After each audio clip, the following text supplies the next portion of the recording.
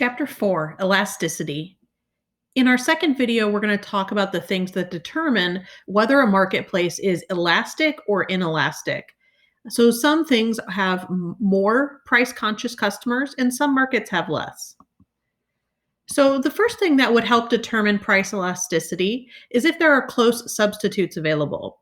Hopefully you remember what substitutes are. This is when one product can be substituted or replaced with another product fairly easily. And some products have very close substitutes, some have general substitutes, and some products have no substitutes at all. If a product has a lot of substitutes, then as price goes up, customers can switch to a different product fairly easily. And so we see big changes in quantity demanded. The second thing is that elasticity will be higher for marketplaces which have a very general title. So if we are looking at, let's say, the marketplace for dessert, that is going to have a different type of elasticity than if we are looking at the marketplace for Snickers bars. There's lots of substitutes for Snickers bars, but the marketplace for desserts includes all of the different types of desserts and sweets that people might want to eat. There's not a lot of close substitutes for a very generalized marketplace. The third thing is that price elasticity is always going to be higher for luxury goods than necessities. Luxuries, by definition, are not needed. So if the price goes up, people can forego and just not choose to purchase that particular item. Necessities are, by definition, something that are required, and therefore they have to be bought, even if the price is higher than what you'd like to pay for it. And the last one is that price elasticity is always higher in the long run than in the short run. In the short run, we're constrained. We might not be able to substitute very easily, but in the long run, we can have a lot more options and we can make changes to our lifestyle and our buying habits in order to find other options that fit our needs. So to learn more about these determinants of price elasticity, we're going to look at some examples. So on each slide, I'm going to give you two examples. I want you to try to pick out which one you think is more elastic than the other good.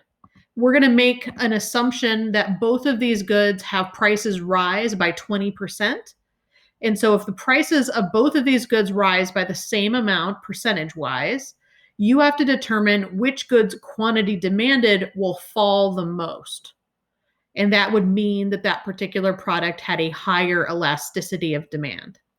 So you're going to try to figure that out, and then we'll talk about the answers. So for your first example, we're talking about Rice Krispies, the cereal, versus Sunscreen. Can you pick out which one of these would have a higher elasticity?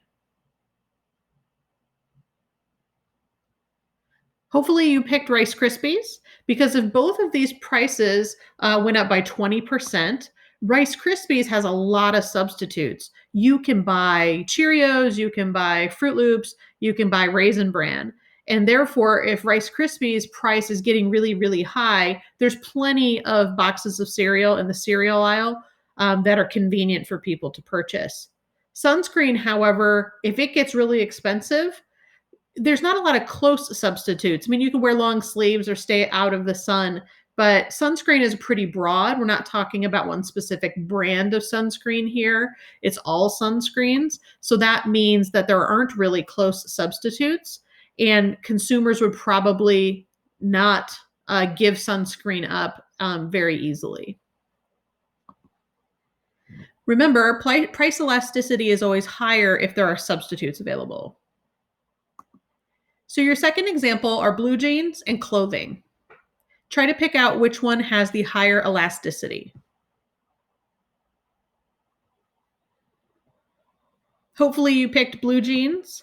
If both of these goods rise by 20%, again, a narrowly defined good like blue jeans can have substitutes. You can wear shorts or you can wear khakis. Clothing, however, is a pretty broad subject, a very broad market. There is not really a substitute for clothing in general. You would have to go without clothing. So because of this, there's lots more options in the blue jean market. And therefore, if the prices really go up, people can go out and find something else to where, remember, price elasticity is higher for goods that are narrowly defined compared to things that are broadly defined. Example 3, insulin and Caribbean cruises.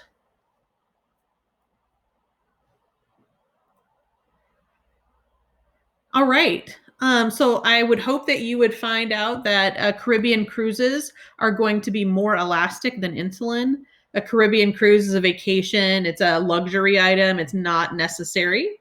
So if both insulin and Caribbean cruises rise by 20%, you're going to see a lot of people reduce their vacations and therefore Caribbean cruises. Insulin is a medicine that is required for diabetics and they need it to live.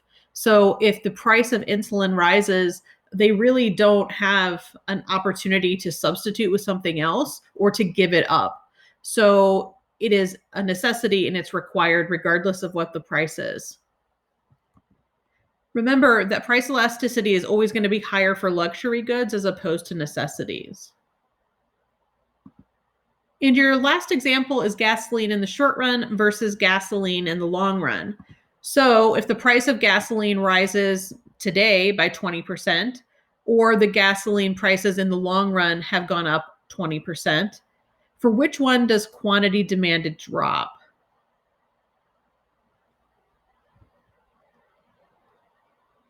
All right. Hopefully, you remember that gasoline in the short run, um, people can't really do much in the short run. If the price of gasoline goes up 20% today, people still have to get to school. They still have to get to work. You're forced to pay that 20% price hike. But in the long run, you can, make a lot of other choices. You can move closer to school or work. You can find a carpool. You can buy a hybrid. You can do all sorts of things that would reduce your gas consumption in the long run. So remember that price elasticity is always going to be higher in the long run because you can find more substitutes in the long run.